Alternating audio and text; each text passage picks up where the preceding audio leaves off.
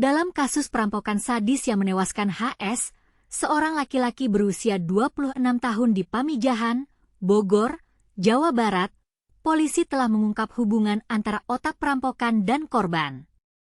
Ternyata, otak perampokan, D, dan korban HS telah saling kenal sebelumnya. Bahkan, D pernah menggadaikan mobilnya kepada korban sebesar 23 juta rupiah. Kami telah menemukan bukti yang kuat bahwa mobil yang digadaikan oleh tersangka D kepada korban HS adalah salah satu bukti yang kita amankan pada saat kejadian di rumah korban, kata Kasat Reskrim Polres Bogor AKP Teguh Kumara. Dalam kasus ini, polisi telah menetapkan 4 pelaku perampokan sebagai tersangka. Mereka dijerat dengan beberapa pasal, termasuk pasal 340 KUHP dengan ancaman hukuman mati atau penjara seumur hidup, pasal 338 KUHP dengan ancaman 15 tahun, dan pasal 365 ayat 3 KUHP dengan ancaman paling lama 15 tahun.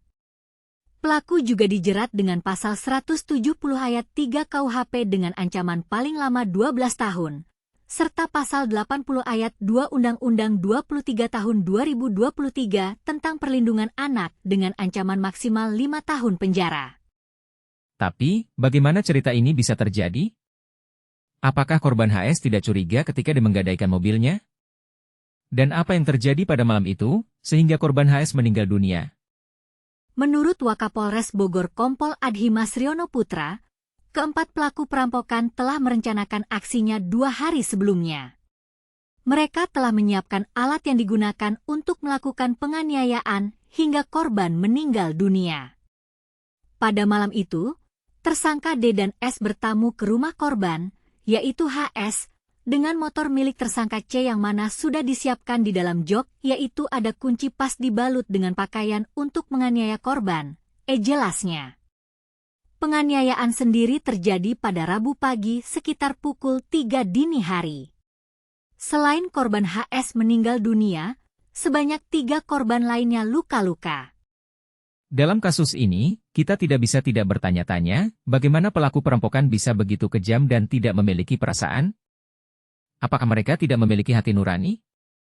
Dan apa yang akan terjadi pada mereka jika mereka dijerat dengan hukuman mati? Namun, di sisi lain, kita juga harus bertanya-tanya, apakah korban HS memiliki kesalahan dalam kasus ini? Apakah korban HS telah melakukan sesuatu yang salah sehingga pelaku perampokan melakukan penganiayaan? Dan apa yang akan terjadi pada korban HS jika pelaku perampokan tidak dijerat dengan hukuman mati? Dalam kasus ini, kita harus mempertanyakan banyak hal. Kita harus mempertanyakan bagaimana pelaku perampokan bisa begitu kejam, dan kita harus mempertanyakan bagaimana korban HS bisa menjadi korban perampokan. Apakah Anda memiliki pendapat tentang kasus ini? Apakah Anda setuju jika pelaku perampokan dijerat dengan hukuman mati?